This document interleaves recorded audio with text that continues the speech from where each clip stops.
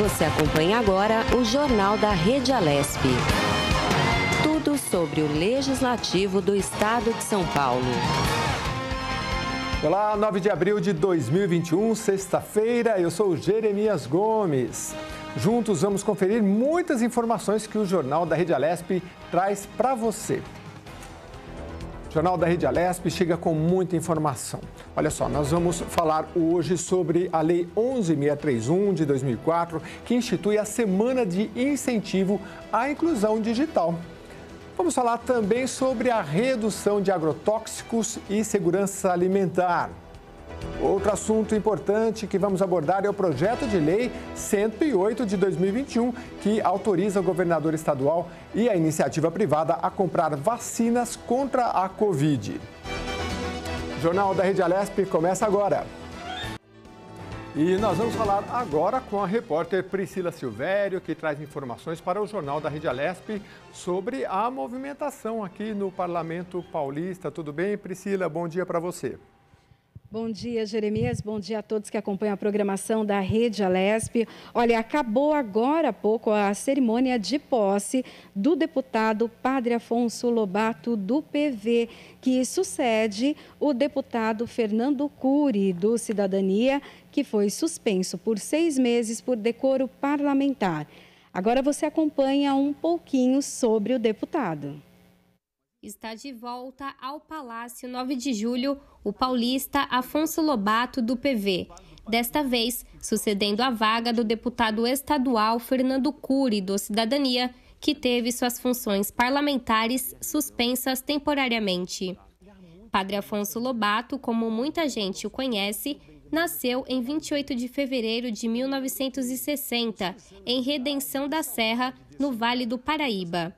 Sacerdote da Igreja Católica por 3 décadas e membro do clero da Diocese de Taubaté, onde ele exerceu seu ministério.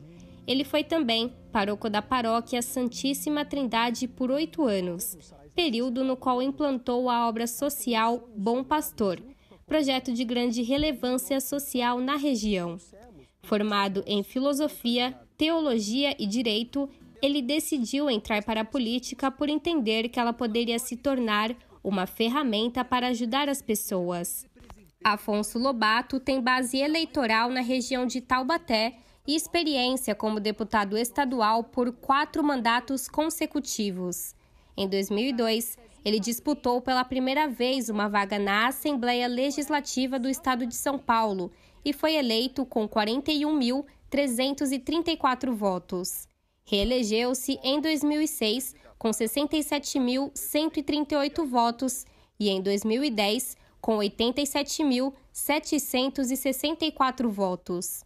Para o 4º mandato, que começou em março de 2015, ele foi reeleito em 2014 com 81.837 votos. Na Casa Legislativa Paulista, Afonso Lobato sempre priorizou as áreas de saúde, meio ambiente e promoção social, procurando apoiar santas casas, hospitais e casas de recuperação de dependentes químicos, destinando a esses segmentos recursos para equipamentos, ampliações e construções. Ele também foca no respaldo aos municípios em suas principais necessidades de infraestrutura para melhorar o atendimento à população. Além dessas iniciativas, Afonso Lobato investe em projetos culturais, esportivos, de qualificação profissional e nas políticas públicas para a prevenção ao uso de drogas. Defende ainda a sustentabilidade e o meio ambiente, em especial a bacia hidrográfica do Rio Paraíba do Sul. Em 16 anos de mandato parlamentar na Alesp, Afonso Lobato já ocupou vários cargos relevantes, entre eles o de vice-presidente do Conselho de Ética e Decoro Parlamentar e o de membro da Comissão de Constituição e Justiça do Parlamento Paulista. Sobre o atual mandato, ele pretende priorizar a atuação na saúde. Afonso Lobato declarou recentemente: "Não tem outro assunto em pauta senão trabalhar na questão da saúde, que sempre foi minha prioridade, além de acompanhar as políticas nesse período e trabalhar para a abertura do ambulatório médico de especialidades em Taubaté.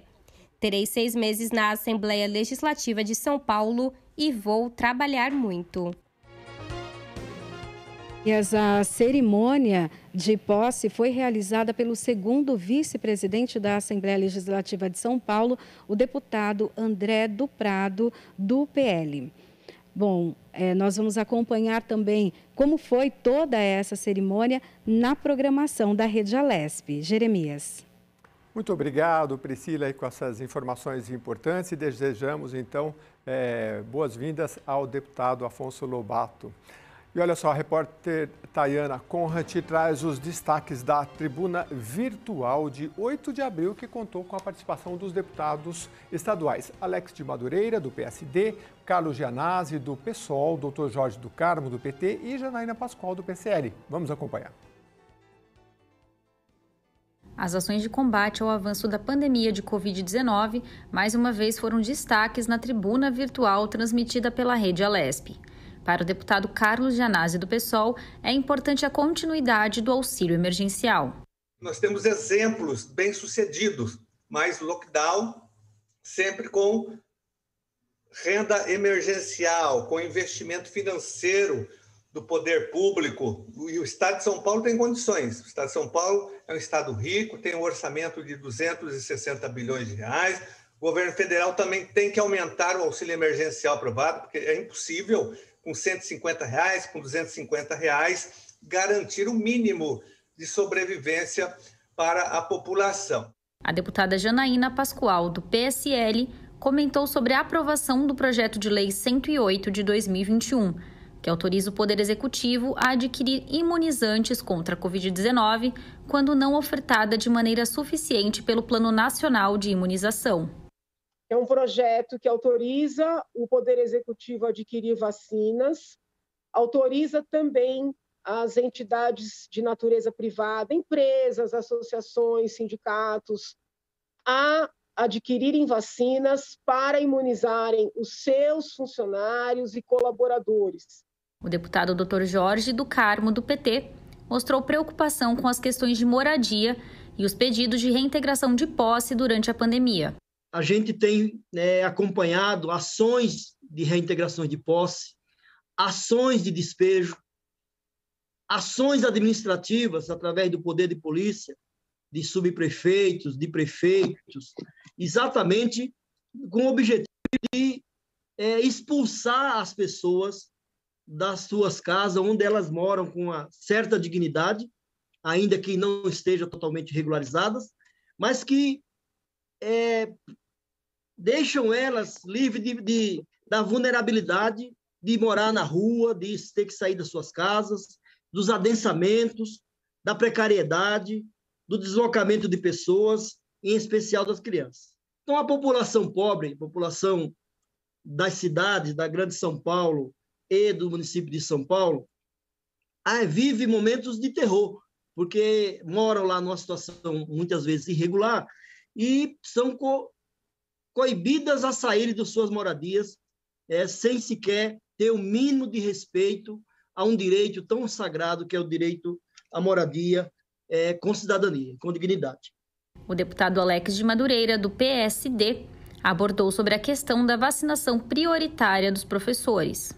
Eu estive hoje pela manhã com o secretário de Educação do Estado de São Paulo, Rocieli Soares, que confirmou que na segunda-feira, dia 12 de abril, nós estaremos iniciando a vacinação dos profissionais da educação do Estado. Então, parabéns ao governo do Estado por essa atitude. E nós fizemos também a solicitação para que fossem incluídos nesse programa prioritário de vacinação os profissionais da Secretaria de Desenvolvimento Social, ou seja, os CRAS, as DRADs que estão nos municípios e nas regiões do Estado de São Paulo.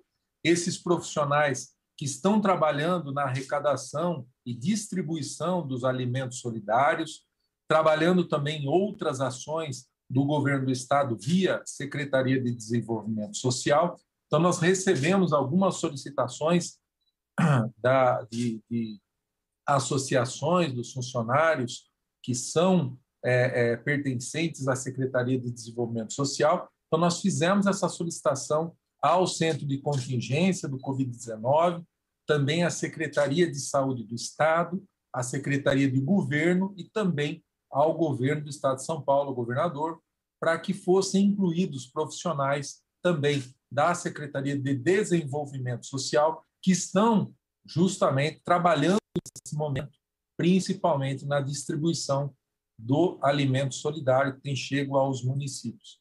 Por conta das recentes medidas restritivas do Plano São Paulo, as atividades parlamentares acontecem remotamente.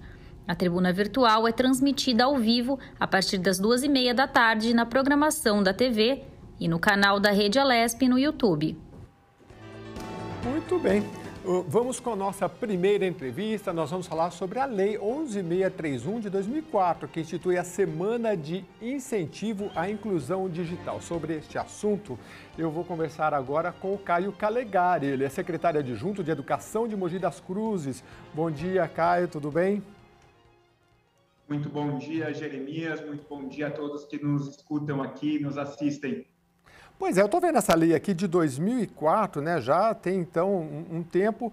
E eu queria saber como é que vocês têm acompanhado, porque essa semana de incentivo à inclusão digital, agora com a pandemia, tomou novos contornos, né? Perfeito, Jeremias. A conectividade, nesse momento, conectividade e inclusão digital, é um dos grandes desafios para os municípios brasileiros, em função do momento em que a gente vive, em que o ensino remoto é algo que está posto como padrão, né? E para nós termos uma educação de qualidade, nós precisamos também ter inclusão digital. Mas inclusão digital vai para além da própria educação, na questão da cidadania, né? E nós temos aí dois grandes desafios, tanto a parte de infraestrutura de conectividade para as famílias, para os alunos, para os servidores públicos e também algo muito importante que é relativamente recente, a lei é de 2004, mas a gente vem fazendo passos relativamente poucos, raros, é a questão do letramento digital. Como que nós conseguimos formar a nossa população para que consiga utilizar as ferramentas digitais de uma maneira adequada. Pois é, mas você sabe que quando você fala nisso, eu tenho acompanhado um pouco a questão do Wi-Fi, né? Você falou desses dois desafios, o primeiro é dessa conectividade, né? Tem o tablet, que para mim é como se fosse um novo livro, né? Aliás, um novo caderno, né? O tablet, mas assim, nem professores muitas vezes não têm, né? A gente sabe que para o aluno, um celularzinho desse aqui, às vezes a letra é miúda, enfim. Mas a questão do Wi-Fi, principalmente nas grandes comunidades aqui de São Paulo, eu tenho conversado com ONGs, eles falam assim, olha, não tem Wi-Fi, porque ele baixa lá um vídeo, pronto, acabaram-se os dados, né? Você acha que essa questão de ter um Wi-Fi para grandes comunidades, você acha que no futuro, talvez próximo, a gente possa resolver isso? Porque também ter um notebook sem Wi-Fi não adianta nada, né? Isso mesmo, Jeremias. O que eu enxergo aqui, e falo tanto do município de Mogi das Cruzes, quanto de uma perspectiva nacional, é que esse primeiro desafio de infraestrutura de conectividade, a gente tem conseguido avançar muito. Né? Nós conseguimos avançar no fato de quase todas as escolas brasileiras terem conectividade, e a escola é o centro da comunidade. Né? Então, quando a gente tem Wi-Fi na escola, já é algo que muda a vida da comunidade. O nosso grande desafio, acho que ainda está na parte do letramento digital, da alfabetização em ferramentas digitais. Mas sua pergunta sobre Wi-Fi, né, nas comunidades, nas grandes comunidades, isso para mim é um pré-requisito, né? É algo que já virou constitutivo da cidadania, né? Do caráter cidadão, do ponto de vista de acesso às políticas públicas. Como que vai fazer para acessar, por exemplo, cadastro da vacina? Nesse momento em que a gente discute vacinação, né? Precisa de Wi-Fi. E nós estamos começando a avançar, inclusive o governo do estado de São Paulo tem sido um caso de referência nesse sentido, para alguns serviços que não demandam consumo de dados. Então, por exemplo, na educação nós temos o Centro de Mídias do governo do estado de São Paulo, que permite o acesso a aulas que não consomem o dado. Mas ainda assim, tem um ponto muito importante, e que é muito importante aqui no município de Mogi das Cruzes também, que é que muitas comunidades, bairros mais afastados, não tem nem sinal de internet, então nem conseguem fazer o uso dessa economia do uso de dados. Pois é, interessante isso porque a gente sabe que o poder público tem que ser um indutor disso. Por exemplo, aqui em São Paulo a gente tem grandes comunidades, mas a gente também deve ter, né?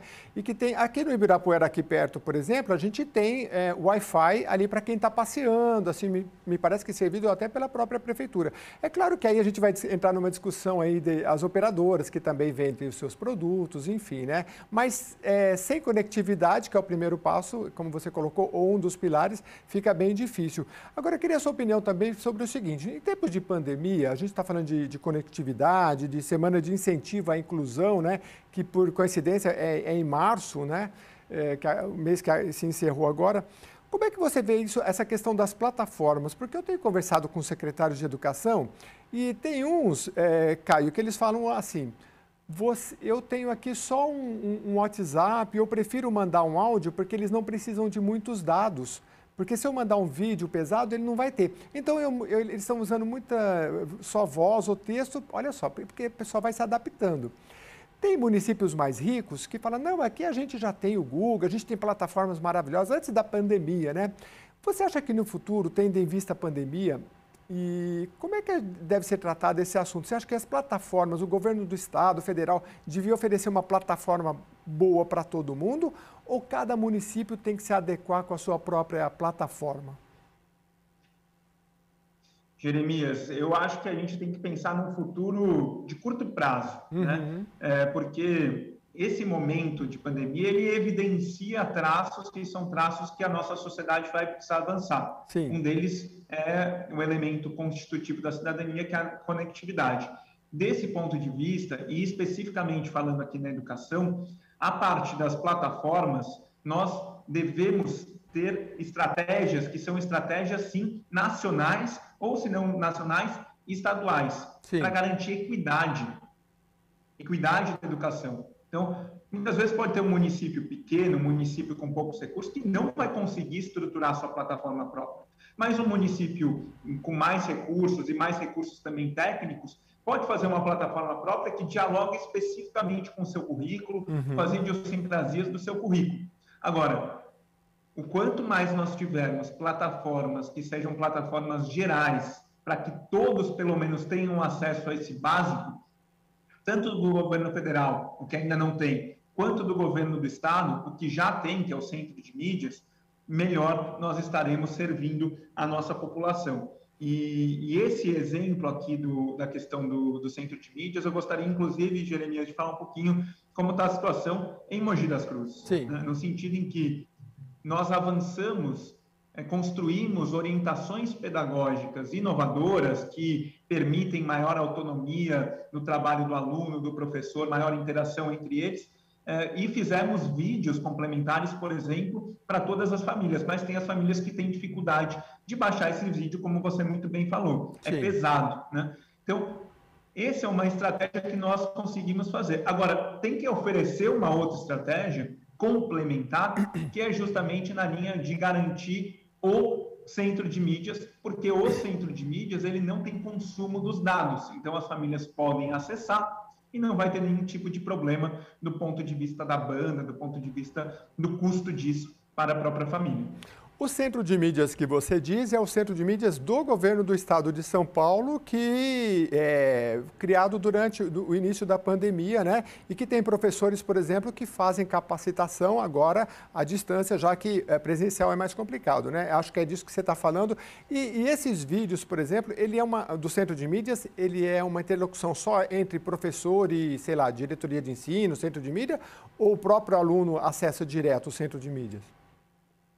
O próprio aluno pode acessar, Jeremias. É o que a gente está estudando agora em Mogi das Cruzes, para ver como que nós conseguimos também ingressar nessa iniciativa, que é uma iniciativa estadual, né? Mas precisa do município apoiando, dando orientações para as famílias como fazer, aos próprios professores. E cada aluno consegue acessar vídeos que são vídeos, às vezes tem até aulas que são as chamadas aulas ao vivo, né?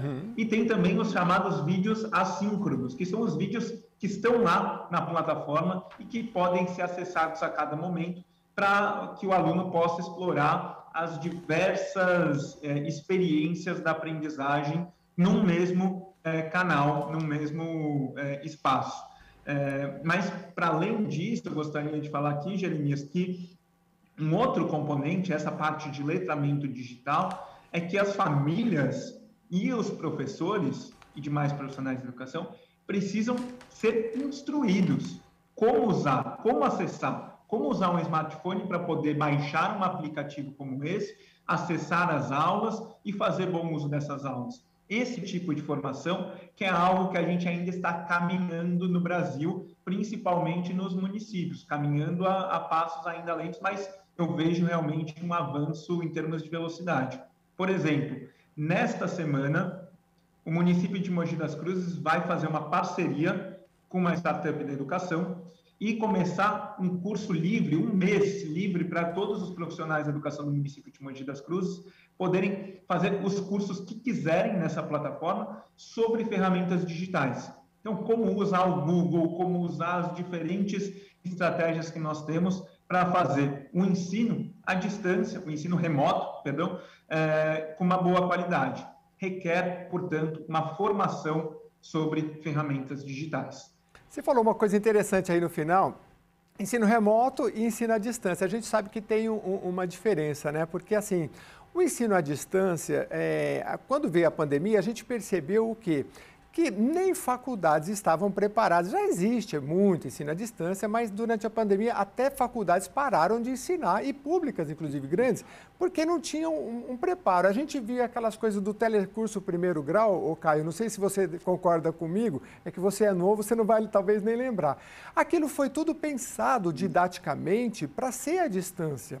Você acha que agora, pós-pandemia, a gente vai começar a pensar didaticamente a fazer um material com simplicidade, que o aluno veja ali e possa interagir, mas com a didática própria, né? Porque não é só tirar uma foto da lousa e mandar para o aluno, né? Você acha que a gente vai pensar mais sobre isso daqui para frente, município e estado?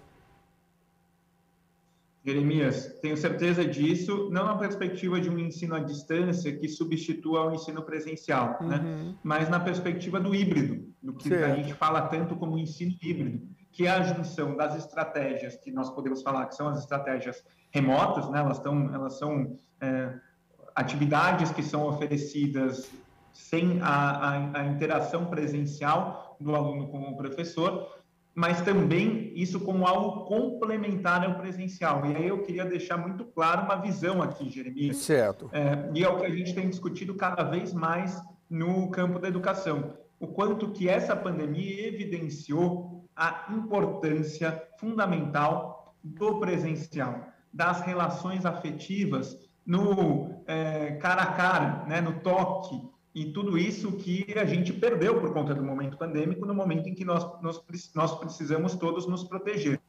Mas tem ficado claro o quanto que esse grau de afetividade que só a escola presencial, o território da escola pode oferecer, o quanto que isso é importantíssimo para uma questão de saúde mental, para uma questão de desenvolvimento socioemocional das nossas crianças, para além da própria questão da aprendizagem. Então, nós avançaremos e cada município vai numa velocidade, naturalmente, cada estado vai numa velocidade, mas nós avançaremos em direção, minha opinião aqui, em direção ao modelo híbrido, que combina todas as aprendizagens que se dão no presencial com aqueles reforços, estratégias de recuperação da aprendizagem, estratégias de tanto uma forma de aumentar as condições de aprendizagem de maneira remota. Vai ser um híbrido mesmo. Que legal. Eu estou vendo uma notícia aqui no site da Prefeitura de Mogi das Cruzes. Plano Municipal de Educação terá a participação dos jovens da cidade. Acho que isso é inovador, né? Explica para a gente. Pois é, isso aqui é um projeto da Câmara do município em conjunto com a Prefeitura para que tenha um parlamento jovem, né? Que os jovens comecem a ter uma experiência de viver a vida política também no Congresso. Isso significa duas coisas, né, Jeremias? Em primeiro lugar, que os nossos jovens aqui em Mogi das Cruzes, e tem outros municípios com essa experiência também, que os jovens eles tenham uma iniciação política que é pré-requisito da cidadania, mas também torna a própria Câmara dos Vereadores e a Prefeitura mais abertos, né, ao diálogo com os jovens e com as ideias que vêm das juventudes. Nós sabemos o quanto que os jovens têm soluções muito criativas e que podem, ao serem implementadas, mudar o próprio padrão das políticas públicas, a melhorá-las, né, torná-las mais inclusivas, torná-las mais inteligentes. Então, é algo muito positivo e que, inclusive, aqui na Secretaria de Educação, está no nosso imaginário de como se constrói políticas públicas. Que legal. O Plano Municipal de Educação, a primeira reunião que teve do Plano Municipal de Educação foi com os jovens, para saber a opinião deles do que poderia ser aprimorado. Nossa, muito legal, eu fiquei muito feliz de saber. Muito obrigado pela sua participação aqui no Jornal da Rede Alesp. Caio Calegari, secretário adjunto de Educação de Mogi das Cruzes. Até a nossa próxima entrevista. Muito obrigado, Jeremias. Até a próxima. Bom dia a todos. Bom dia. Legal isso daí, né? Eu acho que os jovens, as crianças tinham que ir nas praças, ver por que está suja, aí vai na prefeitura, como é que funciona, participar da vida pública. Eu acho que Mogi das Cruzes está de parabéns aí com incluir os jovens no Plano Municipal de Educação. Mas nós vamos falar agora com a repórter, vou ficar aqui ainda, Melissa Araújo, ela está com os principais assuntos aqui, mais importantes do parlamento. Tudo bem, Melissa? Bom dia. Bom dia, Jeremias, tudo bem? Tudo ótimo. O que você traz para a gente aí das principais notícias aí do nosso parlamento? Eu estava te ouvindo falar com o secretário de Mogi, é legal essa história do Parlamento Jovem. A gente tem aqui essa iniciativa na Assembleia e saem projetos muito legais dessa iniciativa, inclusive já houve a situação do projeto apresentado pelo parlamentar jovem ser apresentado pelos deputados mesmo e ser encaminhado aí pelos deputados. Legal, né? Bem bacana. Então, quer dizer, uma forma de criar um futuro político aí para o pessoal. E você sabe, Melissa, que alguns pegaram tanto gosto que se tornaram vereadores, se tornaram deputados, participaram do Parlamento Jovem, gostaram e são jovens que estão aí hoje envolvendo na política numa participação muito bacana. Sim, com certeza. É uma perspectiva de futuro na política para criar boas práticas, leis bacanas. Então, bem legal isso, bem interessante. Que outros municípios também adotem essa prática, porque é bem legal fazer esse investimento, né? Mas eu queria contar para você, Jeremias, eu ia te chamar de deputado, olha só. É o costume. Eu queria contar para você, Jeremias, sobre o programa Bolsa do Povo, que chegou ontem aqui na Assembleia Legislativa. É um projeto de lei, o projeto de lei é o 221 de 2020, foi trazido pelo ex-presidente da Assembleia, ex-deputado Cauê Macris, que é secretário da Casa Civil, foi entregue pelas mãos dele para o nosso presidente Carlão Pinhatari. O Bolsa do Povo, ele vai unificar programas assistenciais do estado de São Paulo em benefício de uma população mais carente. A ideia desse programa é beneficiar aí 500 mil pessoas, né? O investimento deve ser de R$1 bilhão, em vários programas. Alguns programas vão ter o valor melhorado e serão unificados nesse Bolsa do Povo. Então, esse é um projeto que vai ter um grande debate na casa nas próximas semanas, com toda certeza, porque a gente sabe, né, Jeremias, que tem muitas pessoas em vulnerabilidade social aí no estado de São Paulo, em função da pandemia. A pandemia trouxe graves consequências aí para muitas pessoas, para muitos empresários que não estão conseguindo honrar as contas e colocar comida na mesa. Então, esses programas sociais, essa ajuda do governo do estado vem em boa hora e vai trazer aí um grande alívio para muitas pessoas. Então, uma das partes desse programa, por exemplo, os pais vão poder atuar nas escolas ali da região, do bairro, e em uma série de funções. Então, veja, olha que interessante, o pai que conhece aquela escola, aquela comunidade escolar, conhece a comunidade do entorno, vai poder fazer trabalhos sociais, como, por exemplo, trazer os estudantes para dentro das escolas, trazer de volta os estudantes para dentro das escolas.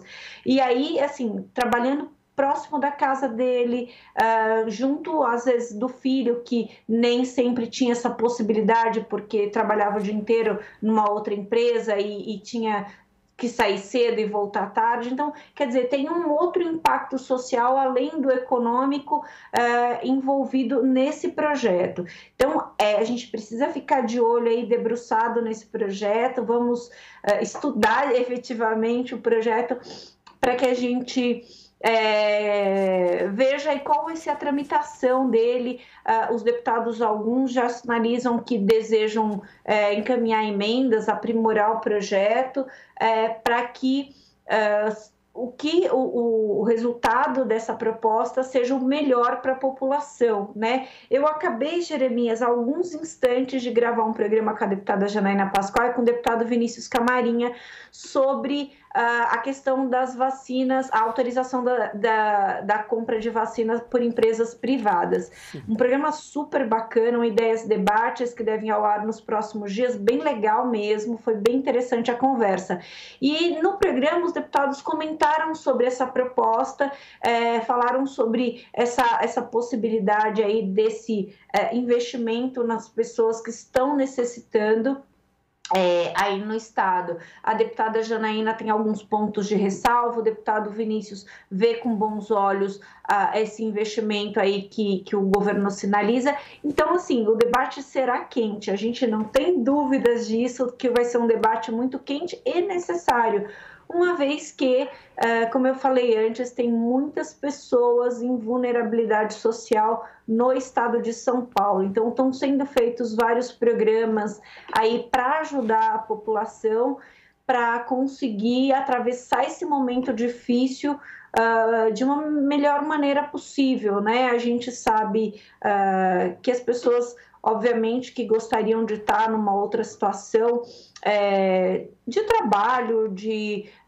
renda mesmo, só que em função da pandemia as coisas precisaram ser ajustadas e algumas empresas não conseguiram esse ajuste, o nível de desemprego tem sido muito alto, então nesse momento o poder público, a atuação do poder público é muito importante, né, Jeremias? Mas, como nunca, né, Melissa? Eu estava falando isso também numa entrevista esses dias, que como a gente ficou, tempos de guerra, tempos de pandemia, a gente fica extremamente dependente do poder público para tudo, né? A área da saúde ditando se a gente vai estudar, se não vai estudar, se vai sair, se não vai sair, se vai trabalhar, se não vai trabalhar. Então, acredito que esse debate seu aí tenha sido muito importante. Em relação ao Bolsa do Povo que você estava falando, você falava, e eu estava vendo aqui no site, né? Muito interessante essa questão da interação dos pais, né? Serão bolsas de até R$500 e aí os pais ou mães poderão fazer capacitações nas escolas. E eu acho que essa aproximação dos pais junto às escolas, até fisicamente, é por demais importante. E como vão ser áreas periféricas, né, principalmente, áreas mais vulneráveis, então é muito relevante também que essa capacitação possa ser feita pelos pais. E a questão econômica também nem se fala, não é, Melissa? A gente sabe que, por exemplo, já vi reportagens que muitas cidades pequenas, as aposentadorias movimentam a economia da cidade. Então, quando você coloca R$500, uma bolsa ali, para essas pessoas que estão desempregadas, problemáticas, começa a movimentar a economia da cidade e aí, juntamente com a vacinação, que foi outro tema que você trouxe muito relevante, aí a gente com certeza vai avançar. Esse projeto, como você já citou, ele chega na casa, recebe as emendas e depois, então, vai para as comissões para dar andamento. Pois não? Então, muito bacana essa observação que você fez, Jeremias, sobre a movimentação econômica que um projeto desse causa no município pequeno. Se a gente for olhar aqui, por exemplo, na capital, nos bairros da capital, que tem alguns bairros são extremamente populosos e tem essa característica de ser pequenas cidades dentro da capital, também vai acontecer isso. Então, esses bairros, no caso da capital, que estão na periferia, terão na verdade, a mesma movimentação econômica do que uma cidade do interior que também sobrevive ali das aposentadorias. Isso não é uma coisa que a gente acha, isso é fato. A gente vê alguns estudos mostraram que a dificuldade econômica que muitas pessoas acabaram enfrentando, por exemplo, em função da morte do idoso, né, porque a aposentadoria era responsável pela renda familiar. Então, essas alternativas que estão sendo ajustadas aí para ajudar a população são importantes, sim, para que as pessoas consigam se reerguer e seguir nesse período difícil de pandemia e também no pós-pandemia. Acho que a gente acabou o nosso tempo, Jeremias, mas olha, se der tempo eu volto para contar mais para você, tá bom?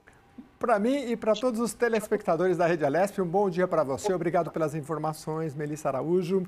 E olha só, nós vamos falar agora sobre a redução de agrotóxicos e segurança alimentar. Tramitação aqui na Assembleia Legislativa de São Paulo. É o projeto de lei 1227 de 2019, que institui a política estadual de redução de agrotóxico. Este projeto é de autoria conjunta de alguns deputados do PT, PSOL, PCdoB e Rede. Sobre este assunto, nós vamos conversar agora com a deputada Márcia Lia, do Partido dos Trabalhadores. Um bom dia para a senhora, deputada. Eu gostaria iniciando para a senhora falar um pouquinho sobre o ato solene que aconteceu no ambiente virtual aí, por favor. Vou pedir, a senhora consegue liberar o som? Eu acho que ela precisa liberar o som. Vamos ver se ela consegue nos acompanhar. Eu acho que agora... Muito bom dia. Muito bom dia a todos os telespectadores da TV Alesp, de todo o sistema da Alesp. É um prazer enorme estar aqui conversando com vocês. Vivemos um momento de muitas dificuldades, uma pandemia que a gente nunca imaginou que o Brasil e o mundo fossem passar por uma situação tão grave quanto essa que nós estamos vivendo, mas nós continuamos trabalhando online, fazendo as nossas sessões online, mesmo no período de pandemia. E aí, essa semana, nós fizemos uma audiência pública sobre esse projeto de lei que estabelece a política estadual de redução de agrotóxicos. A gente chama o projeto de PERA. Então, é o PL 1227 de 2019. Ele está na pauta. Muito interessante. Conta um pouquinho para a gente quem que vocês reuniram, deputada, porque são pessoas interessadas em debater o tema, que é muito abrangente, né? Porque a senhora é da frente parlamentar também em relação a isso, então a gente sabe que a frente parlamentar da reforma agrária, agricultura familiar, segurança alimentar e regularização fundiária. Então, assim, é um tema que é complexo, que envolve vários segmentos, né? Exato. Nós juntamos 3 frentes parlamentares que nós temos aí na Assembleia Legislativa de São Paulo, para que a gente pudesse fazer esse projeto de lei, como você mesmo já disse, esse projeto de lei ele foi construído com vários parlamentares, com vários deputados, e ele hoje tramita na Comissão de Constituição e Justiça, está na mão do deputado Tiago Auríquio. O Tiago enviou um assessor para participar dessa audiência pública. Ele tinha várias dúvidas jurídicas, várias dúvidas técnicas que foram esclarecidas. Então, a gente espera que rapidamente o Tiago emita o relatório, o parecer, para que a Comissão de Constituição e Justiça possa se debruçar sobre esse projeto. O que acontece é que nós vivemos no Brasil, neste momento, muita insegurança alimentar. Nós vivemos nesse país a fome novamente, nós vivemos nesse país o uso abusivo de agrotóxicos, nós estamos vendo as pessoas cada dia mais ficando doentes, com câncer, crianças nascendo com autismo, com deficiências múltiplas, uma série de doenças que nós sabemos que são originárias dessa insegurança alimentar e do uso excessivo de agrotóxicos nos alimentos que nós consumimos. E nós precisamos fazer esse debate com muita clareza com a sociedade. Nós fizemos uma primeira audiência pública, mas nós faremos outras tantas quantas forem necessárias para que a gente possa esclarecer a população. O Brasil liberou mais de 500 agrotóxicos nos últimos 2 anos, agrotóxicos que são proibidos na Europa, que são proibidos nos países de primeiro mundo, estão proibidos muitos deles há mais de 10 anos, e o Brasil não só não proíbe, como intensifica a utilização de agrotóxicos. Então, tudo que a gente consome, quer seja uma fruta, uma maçã, uma pera, uma banana, uma melancia, tudo tem veneno. E a gente está consumindo uma quantidade exorbitante de veneno no nosso dia a dia. Por isso, essa política estadual de redução dos agrotóxicos, em consonância com o mesmo projeto que tramita no Congresso Nacional, na Câmara Federal, que é o PNARA, o Programa Nacional de Redução de Agrotóxicos. Nós estamos fazendo esse debate aqui no estado de São Paulo, contando com a participação de vários deputados, de várias frentes parlamentares, de vários técnicos, e tem sido um debate bastante eficaz, muito importante. Deputada, a senhora falou da questão da segurança alimentar. Nós temos visto aí que, diante da pandemia, os números que eu vi ontem me parece que são 1.900.000 pessoas com um nível de segurança alimentar, ou seja, passando fome no Brasil. Coisas que no passado a gente já tinha praticamente erradicado, claro que durante a pandemia. Em relação a, por exemplo, a agricultura familiar, eu me lembro que eu fiz uma reportagem em Ubatuba, e eles diziam lá para mim, olha, aqui a gente está num local litorâneo, tem muito peixe, a gente não consegue servir peixe nas escolas por questões burocráticas, a gente está tentando avançar. E aí, enfim, a senhora acha que políticas públicas em relação à agricultura familiar, se elas fossem tivessem uma base melhor, fossem mais incentivadas, talvez nesse período de pandemia, essa insegurança alimentar não estivesse tão agravada? Olha, eu quero dizer uma coisa para as pessoas que me preocupa por demais. Nós estamos vivendo retrocessos que nós vamos demorar mais de 20 anos para a gente recompor esse país. Uma das políticas públicas mais graves do ponto de vista do retrocesso é a política alimentar. Nós estamos hoje, segundo uma pesquisa que foi feita pela CUFA, que é a Central de Favelas, aqui da cidade de São Paulo, nós temos hoje 70% das pessoas que moram em comunidades, em favelas, estão passando fome. As pessoas não têm arroz, feijão para colocar nas suas panelas.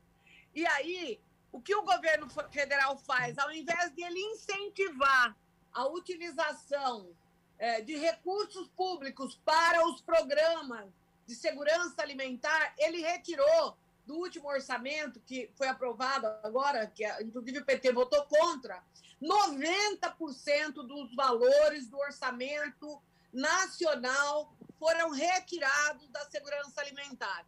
Portanto, as pessoas vão passar mais fome ainda, porque não tendo políticas como o PAA, o Programa de Aquisição de Alimentos, o PENAI está sendo extremamente vilipendiado, e nós estamos vendo todos aqueles programas que contribuíram para que o Brasil saísse do mapa da fome, eles foram praticamente extintos, porque sem orçamento você não tem programa acontecendo e as pessoas estão voltando para a fome.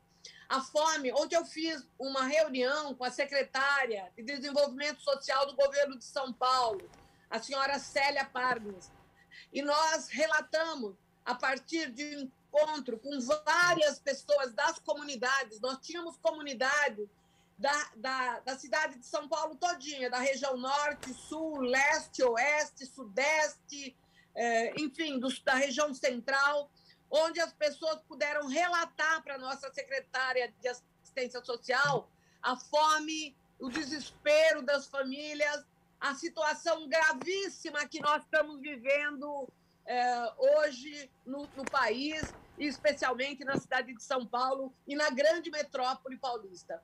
Então, é uma situação muito grave. Discutir a segurança alimentar, discutir a reforma agrária, discutir regularização de terras. Muitas terras do estado de São Paulo foram griladas e nós precisamos fazer esse debate na sociedade. Muitas terras poderiam ser utilizadas pelos agricultores pequenos, pelos agricultores familiares para produzir arroz, feijão, legumes, frutas, verduras para alimentar o nosso povo. O Brasil é um dos países mais ricos do mundo, porém, é um dos países mais desiguais.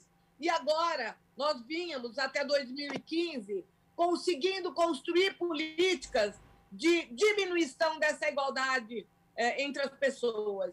E agora o que nós estamos vendo é uma situação bastante grave de retrocessos em todos os segmentos da sociedade. Retrocesso na saúde, retrocesso na educação, na segurança alimentar, retrocesso na agricultura, porque para o agronegócio há muita isenção fiscal. São bilhões de reais que são disponibilizados para o agronegócio e nada para os pequenos agricultores. O agronegócio, é bom que se diga, ele produz, por exemplo, soja, milho, eucalipto, cana-de-açúcar para exportação, para as commodities. E nós precisamos que as pessoas tenham arroz, feijão, legumes, verduras, leite, frutas, ovos, carne. E isso está na mão do agronegócio, está na mão dos pequenos agricultores, porém eles não têm nenhum incentivo fiscal, eles não têm recursos para poder produzir, para comprar as suas sementes.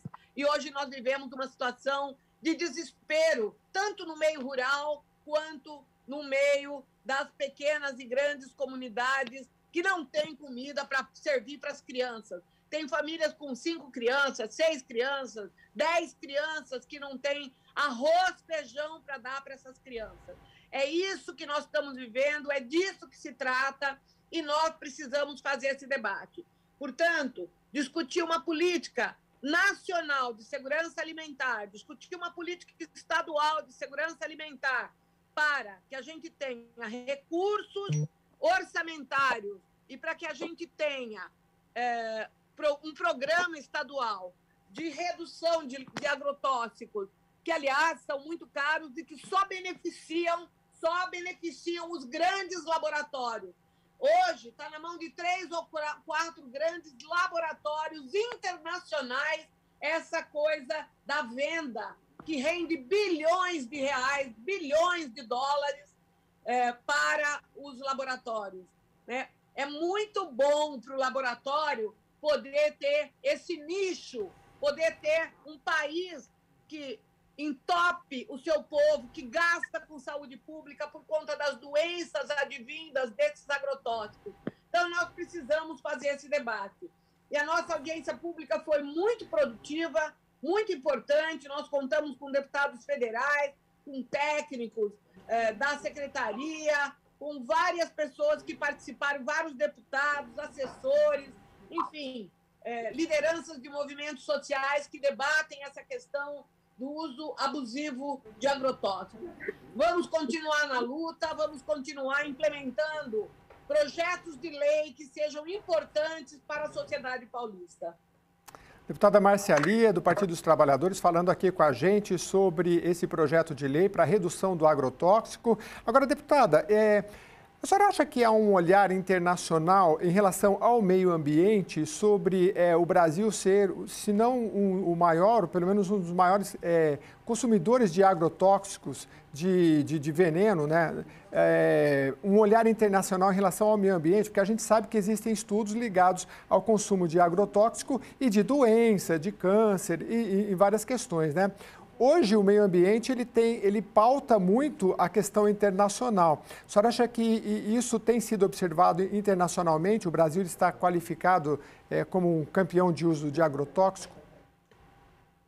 O Brasil é um dos campeões de utilização de agrotóxicos. Nosso povo está ficando doente, nosso povo está consumindo muito recurso do orçamento da saúde. Olha o que está acontecendo com essa pandemia, né? Não há efetividade no controle da pandemia. O governo federal não consegue mais controlar essa pandemia. Nós estamos como se fôssemos um barco no meio do oceano, completamente sem rumo, sem prumo.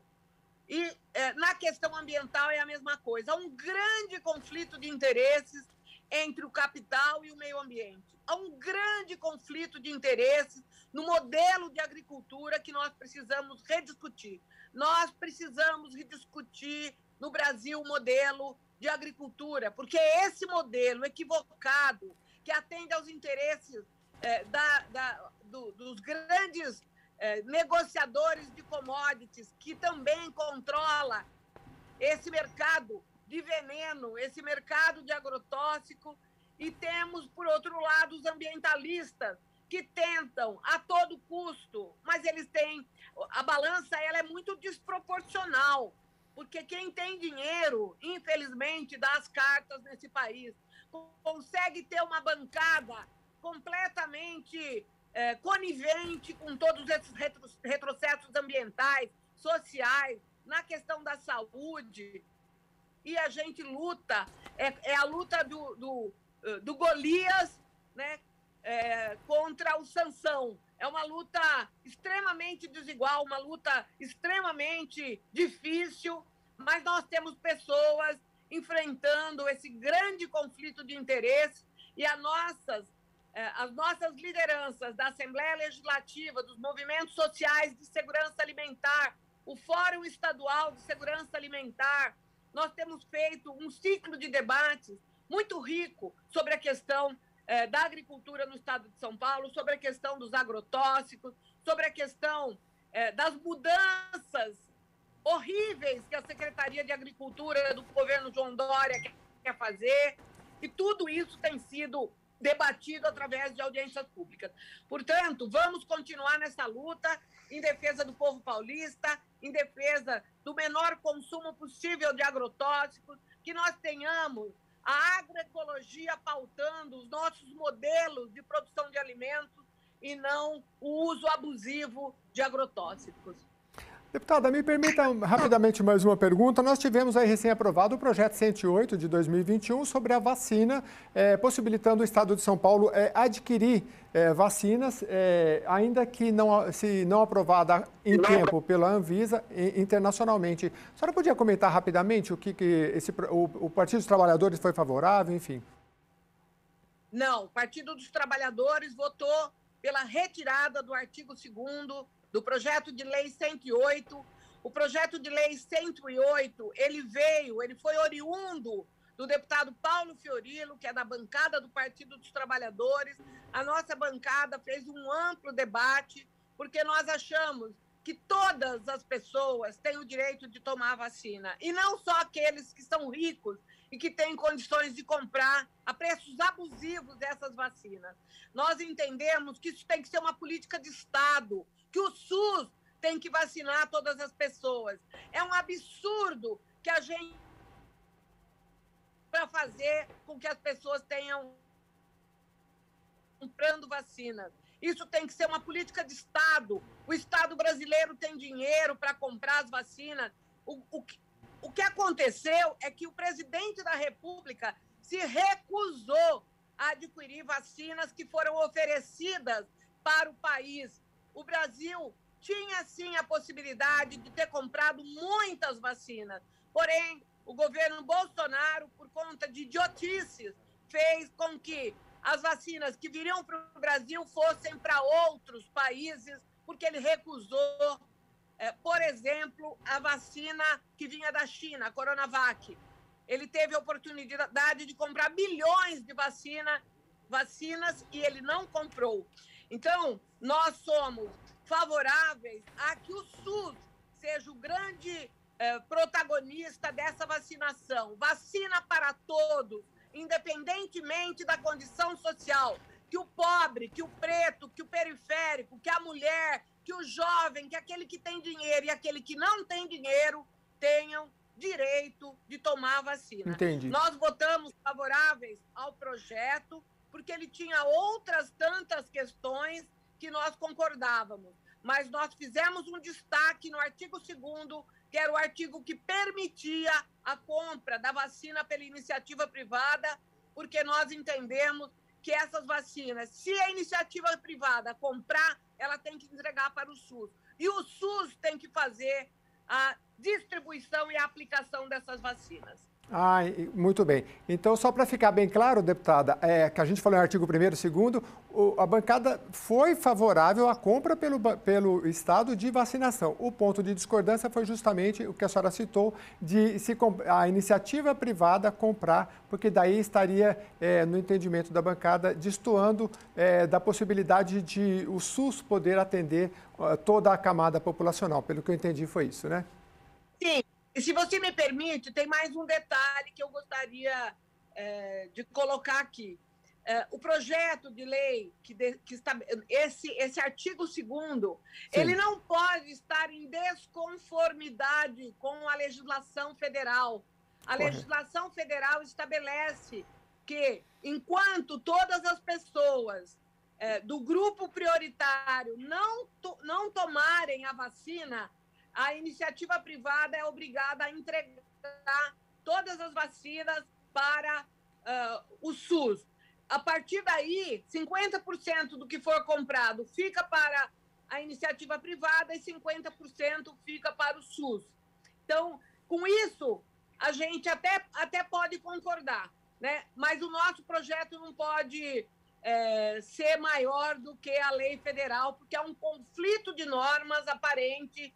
E eu entendo que esse artigo, se ele conflita com a lei federal, ele pode sofrer, inclusive, uma ação de inconstitucionalidade.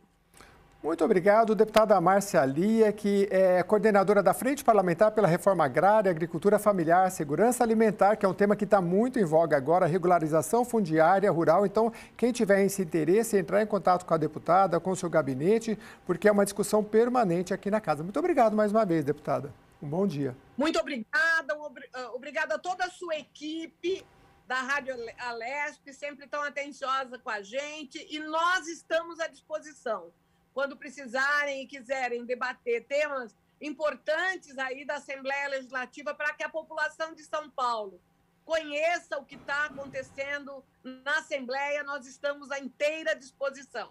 Um grande e fraterno abraço a todos e se cuidem, porque a pandemia está matando muita gente querida. Um grande abraço a todos. Muito obrigado mais uma vez, deputada. E olha só, o número de internações de pessoas com idades entre 30 e 50 anos na unidade de terapia intensiva do Hospital Municipal da Brasilândia, a DIB Jatene, na zona norte de São Paulo, cresceu 21% no primeiro trimestre deste ano, em comparação com o quarto trimestre de 2020.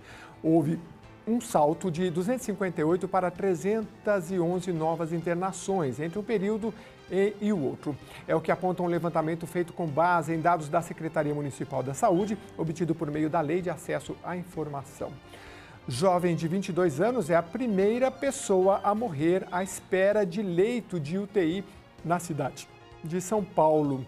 A Fiocruz diz que dados apontam aumento expressivo dos casos de Covid entre os mais jovens. Unidade de referência para o atendimento de pacientes com a Covid-19 na capital paulista, o Hospital da Brasilândia, é o que tem a maior quantidade de leitos de UTI reservados para a Covid-19 de toda a rede municipal. Concentra 16%, 218 de um total de 2.664 leitos desse tipo, administrados direta ou indiretamente pela Prefeitura. Levando-se em conta os leitos de enfermaria exclusivos para a Covid-19, o Hospital da Brasilândia possui ao todo 406 leitos. De acordo com o balanço da Secretaria Municipal da Saúde, na terça-feira, 94% dos leitos de UTI desse hospital estavam ocupados. Em ambiente virtual, um ato solene em defesa do saneamento básico e público discute direitos fundamentais à população. A reportagem é de Priscila Silvério.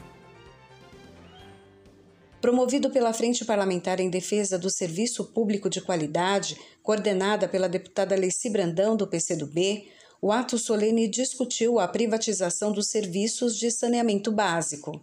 A gente sabe que água e esgoto são essenciais à vida humana. Todo mundo sabe. Aliás, a pandemia ela só tem mostrado o quanto a questão do saneamento é fundamental. A maior prevenção à Covid, além do distanciamento social, o que é? É a higiene, né?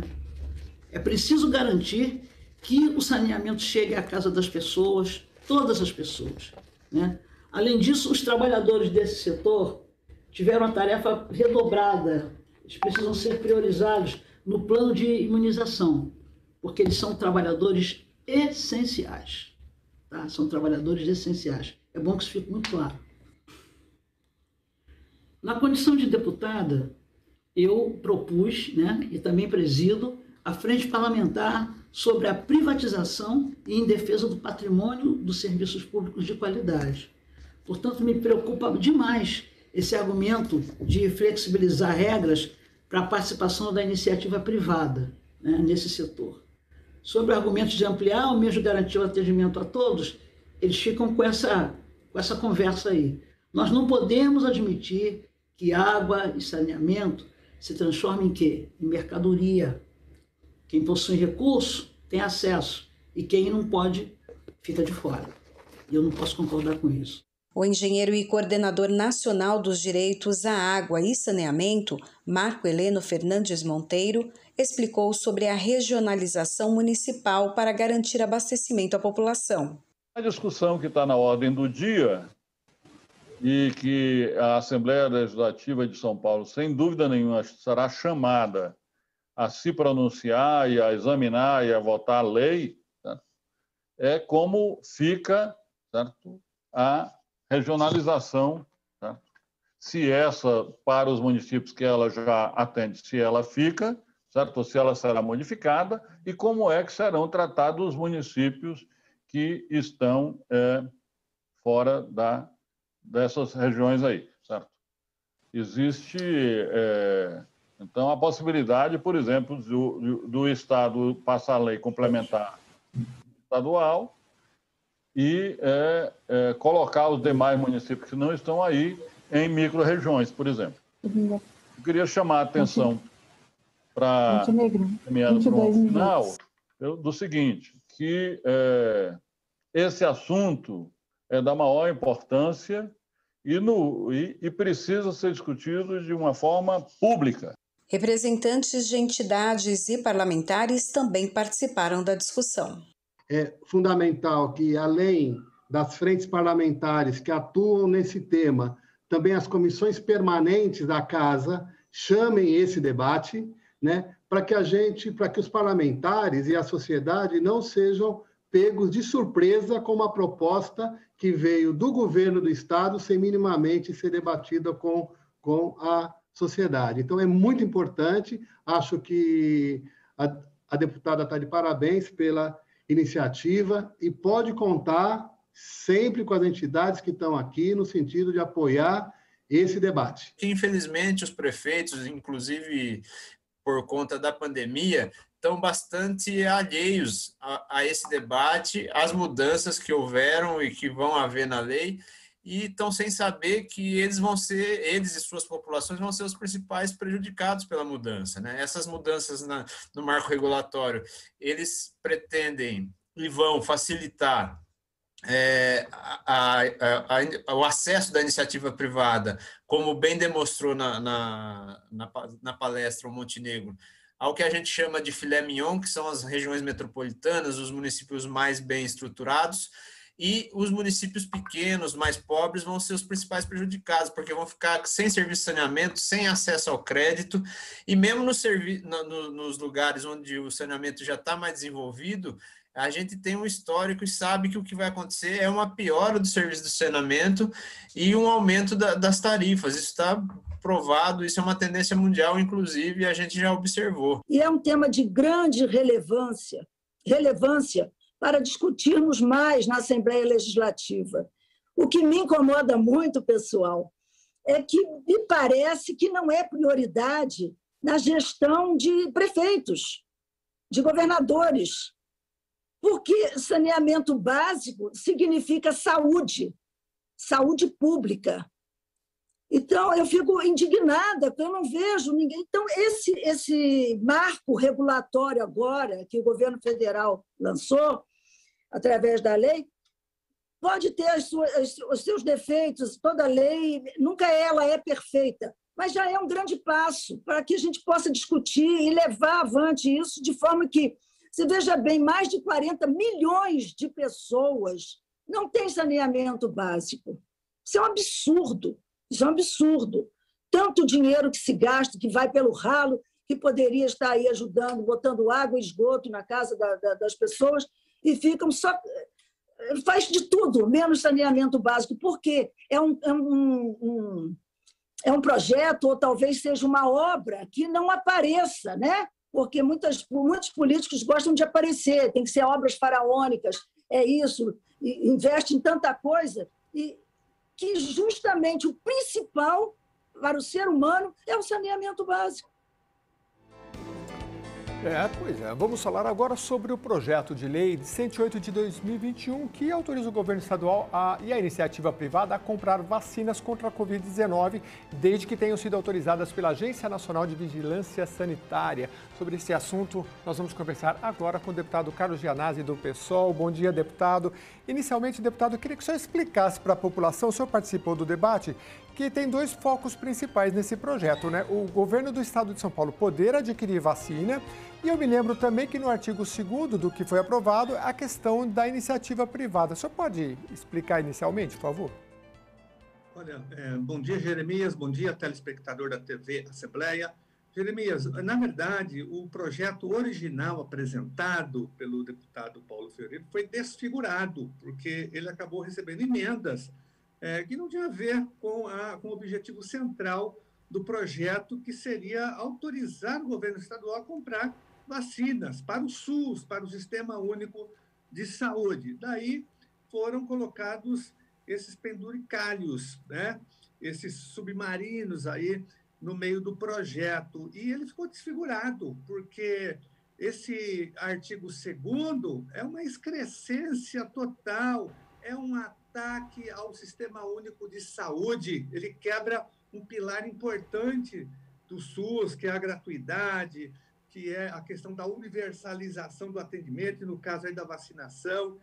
Esse artigo 2º, ele também afronta o Plano Nacional de Imunização, que tem regras definidas, tem prioridades. É por isso que esse artigo 2º é conhecido como fura-fila da vacina, ou camarote dos ricos da vacina. É a privatização da vacina, que é um verdadeiro absurdo, porque está funcionando muito bem esse sistema, as pessoas estão indo de acordo com as suas idades, com as suas categorias profissionais, que são as mais importantes nesse momento, do pessoal da saúde, que tem que ser vacinado, o pessoal da educação, o pessoal da segurança pública, né, os setores profissionais que lidam diretamente com o público. Então,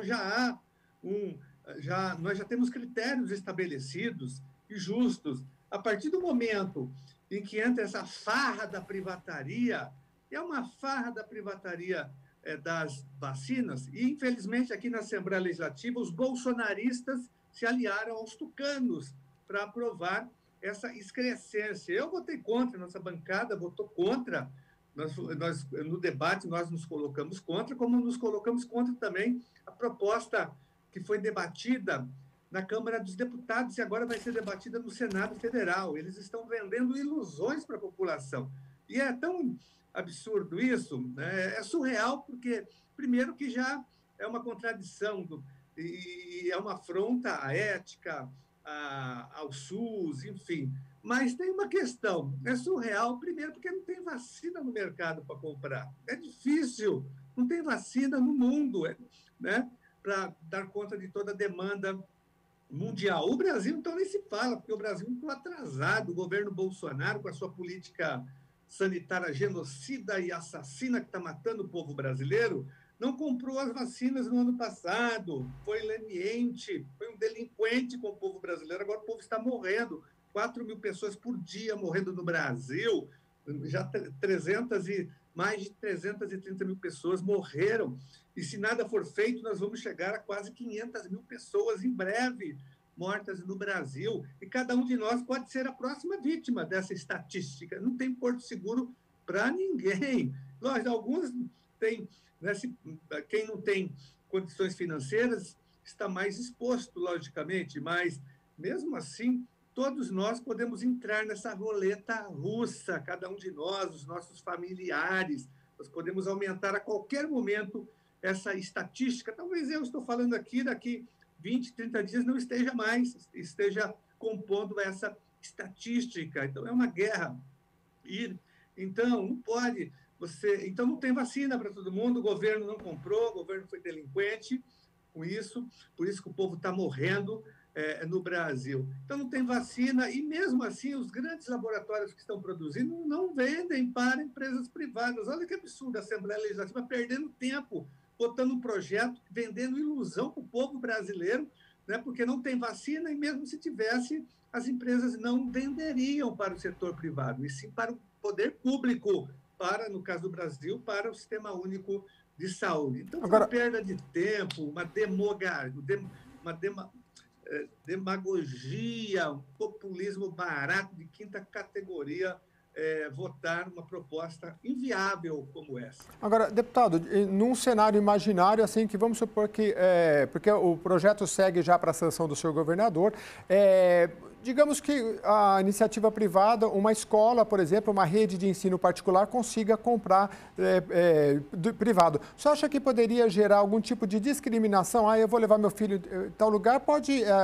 todo mundo está vacinado. Agora, no ensino público, não, porque tem que esperar a cronologia já destacada. Você acha que esse tipo de ação pode gerar alguma discriminação? Gente vacinada, gente não vacinada? Com certeza. O Brasil já é um país marcado por uma grande desigualdade social. É um dos países que tem uma das maiores desigualdades sociais do mundo, com concentração de renda.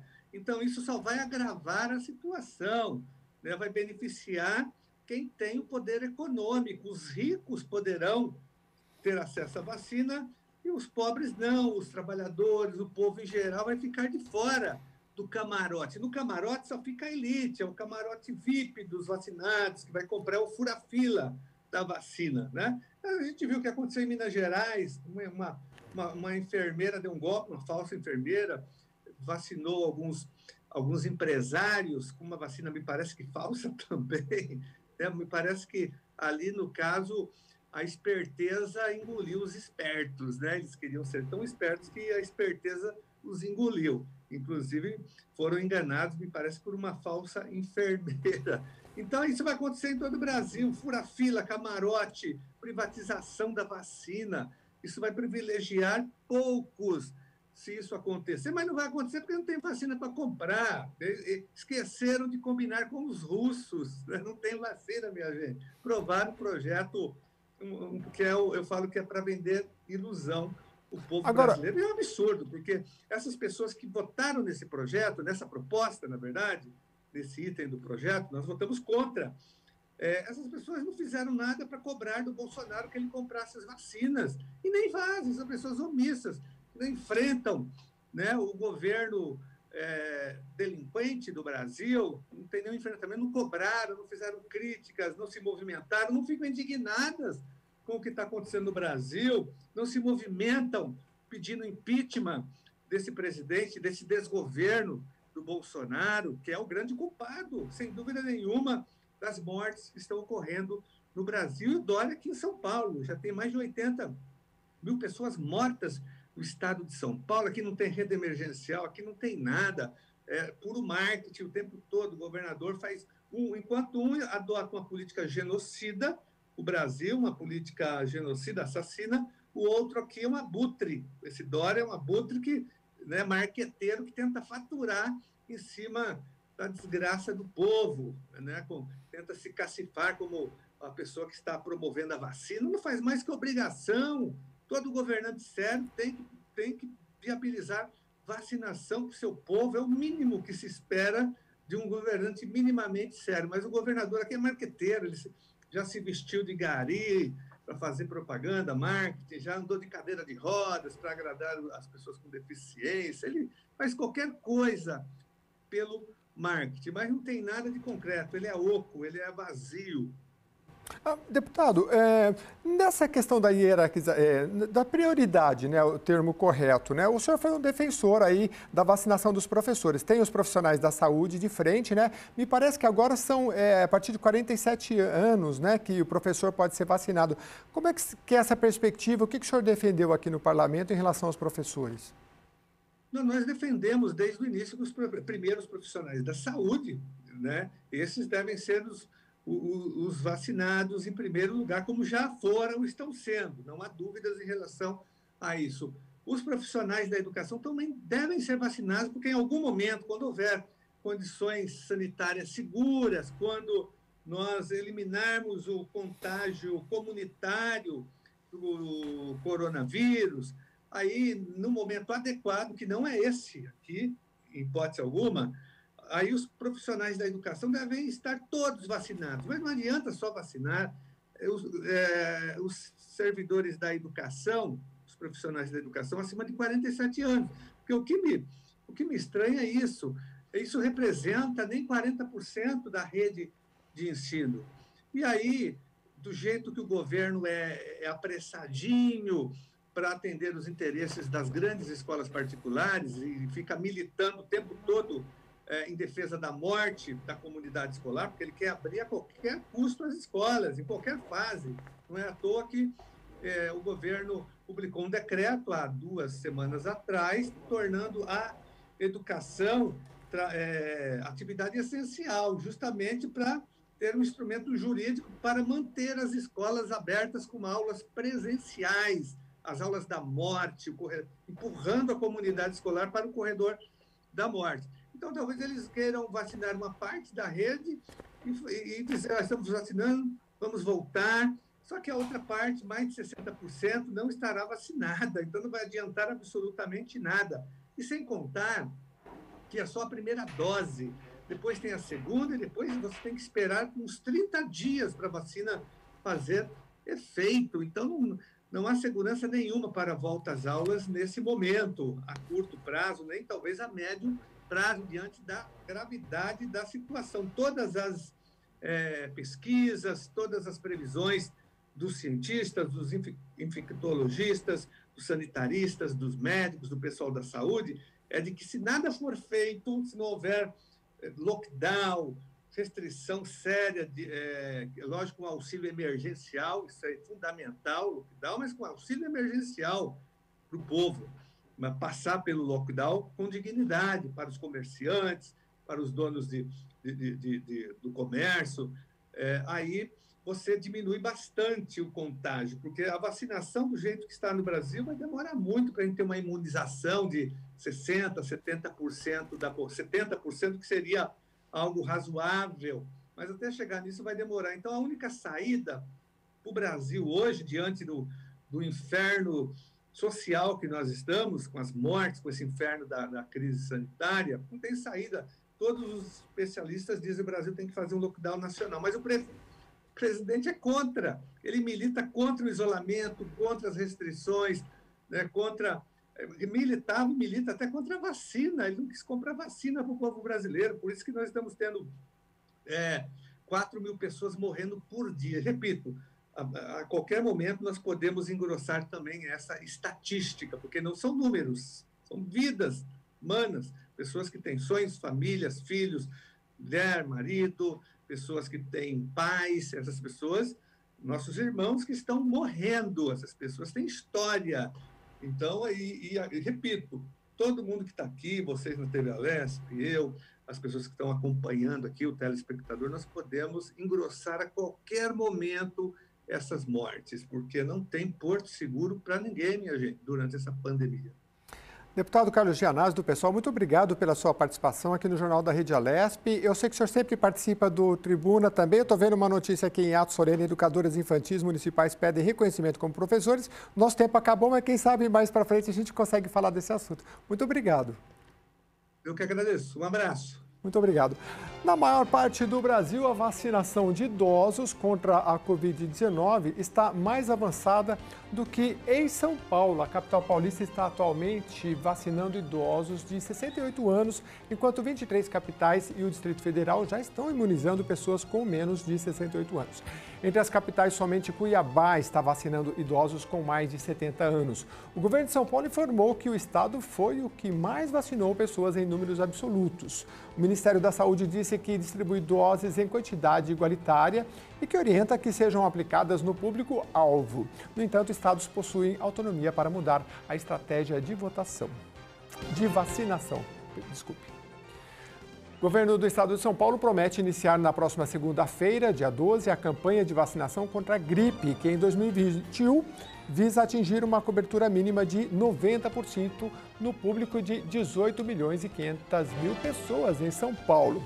Segundo o governo, mais de 4 mil postos de vacinação fixos e volantes no SUS estadual estarão preparados para aplicar as doses nos grupos prioritários e conduzir simultaneamente a campanha contra a Covid-19, que também está em curso. De acordo com a Secretaria de Saúde, é fundamental que quem foi ou for vacinado contra o coronavírus priorize este imunizante e respeite o intervalo mínimo de 14 dias para depois se vacinar contra o vírus influenza, causador da gripe. Em 2020, o estado de São Paulo registrou 809 casos de síndrome respiratória aguda grave, atribuíveis ao vírus influenza e 119 óbitos. O governo de São Paulo iniciou na quinta-feira, dia 8 de abril, os atendimentos no hospital de campanha do Ambulatório Médico de Especialidades de Sorocaba. Com essa abertura, será o 11º hospital de campanha para assistência de pacientes de Covid-19 nesta segunda onda da pandemia. No total, já estão em funcionamento 122 leitos de unidades de terapia intensiva e 131 de enfermaria, em serviços que passaram por adequações para abrigar pacientes com quadros graves provocados pelo novo coronavírus. Até o final do mês, serão 159 de UTI e 140 de enfermaria nestas unidades. Desde março, 7 hospitais de campanha entraram em funcionamento, sendo um no Hospital São José, na zona norte da capital paulista, e nos ambulatórios médicos de especialidades de Andradina, Barretos, Botucatu, Campinas e também Itapeva. A unidade de Sorocaba, que abriu ontem, terá em pleno funcionamento 8 leitos de UTI, 2 de enfermaria. O governo paulista também reativou neste ano o Hospital de Campanha de Heliópolis, instalado no Ambulatório Médico de Especialidades da Zona Sul da capital, que possui 24 leitos de UTI e 20 de enfermaria. Também converteu o Ambulatório Médico de Especialidades de Franca, que passou por ampliação e agora opera com 22 leitos de UTI e 3 de enfermaria. No Hospital Estadual de Bebedouro, são 20 de UTI e 20 de enfermaria. Além disso, em Bauru, o hospital de campanha instalado no prédio da Universidade de São Paulo funciona com 40 leitos de enfermaria e estão em andamento as tratativas para a instalação de 10 novos leitos neste serviço. Também estão previstas aberturas de outros 6 hospitais de campanha nos AMES de Assis, Lorena, Dracena, Tupã, Santo André e Santos, devido à alta demanda por gases medicinais na rede de saúde de todo o país. A instalação dos equipamentos para o fornecimento desses insumos nestas unidades ainda está em fase de conclusão. E olha, um relatório feito pelo metrô de São Paulo aponta a redução de 43% no número de passageiros no transporte público da capital paulista e região metropolitana em 2020, comparado ao ano anterior. Os dados são contabilizados anualmente, ainda de acordo com o levantamento, a linha 4 amarela registrou maior queda no fluxo de usuários. Apesar de apontar redução, cenas de aglomeração e lotação nas plataformas de estações da linha 3 vermelha seguem constantes, mesmo durante fase emergencial do Plano de Flexibilização Econômica Estadual. Desde o dia 15 de março, o estado está na fase mais restritiva, que permite o funcionamento apenas de serviços emergenciais. O Brasil registrou 4.190 mortes por Covid-19 nas últimas 24 horas, totalizando na quinta-feira 345.287 vítimas desde o início da pandemia. Essa é a segunda pior marca em um dia até aqui. Com isso, a média móvel de mortes no país nos últimos 7 dias ficou em 2.818. Em comparação à média de 14 dias atrás, a variação foi de mais de 17%, indicando tendência de alta nos óbitos pela doença. Os números estão no novo levantamento do consórcio de veículos de imprensa sobre a situação de pandemia de coronavírus no Brasil, consolidados às 8 horas da noite desta quinta-feira. O balanço é feito a partir de dados das secretarias estaduais de saúde. A nova marca de óbitos impressiona mais que o recorde de terça-feira, dia 6, quando foram registradas 4.211 mortes. Isso porque é habitual que justamente às terças-feiras os números fiquem acima da média, em decorrência do represamento de dados do fim de semana, o que ficou ainda mais evidente em razão do feriado da Páscoa. E agora vamos falar sobre o que é destaque no Diário Oficial desta sexta-feira. A edição de hoje tem como capa uma matéria sobre a chegada na Alesp do projeto que cria o programa Bolsa do Povo. A proposta foi entregue na quarta-feira ao presidente da Assembleia Legislativa, deputado Carlão Pinhatari, pelo secretário da Casa Civil, Cauê Macris. O projeto do governo do estado prevê a unificação dos programas sociais já existentes em São Paulo. A expectativa é que a reformulação atenda a 500 mil de paulistas e totalize o repasse de R$1 bilhão às pessoas em situação de vulnerabilidade. De hoje até a próxima terça-feira, os deputados estaduais poderão apresentar propostas de alteração ao texto. Depois disso, o projeto segue para análise das comissões permanentes da Assembleia antes de ser levado para votação em plenário. Os detalhes completos das reportagens você confere também acessando o portal da Alesp pelo site www.al.sp.gov.br e aí você clica na aba Comunicação. A polícia interditou mais uma balada clandestina na zona leste de São Paulo nesta madrugada. Quando as equipes de fiscalização chegaram ao estabelecimento na Penha, um grupo de jovens que estava no local fugiu por uma porta dos fundos. O bar será interditado por infração sanitária. A multa passa dos R$120 mil. Os policiais civis, militares e funcionários do PROCON e da Vigilância Sanitária conseguiram abordar 36 pessoas. 15 estavam sem máscara. 7 pessoas, dentre elas o administrador do bar, funcionários e testemunhas, foram levadas ao Departamento de Polícia de Proteção à cidadania para prestar esclarecimentos. A situação é a mesma sempre. Pessoas sem máscara, fumando, narguilés e bebendo como se não estivessem vivendo em tempos de pandemia, afirma Carlos Marera, diretor de fiscalização do PROCON. Segundo ele, a maior parte dos estabelecimentos interditados são bares considerados baladas. O Jornal da Rede Alesp vai para um rápido intervalo. A gente volta daqui a pouquinho com mais informação para você.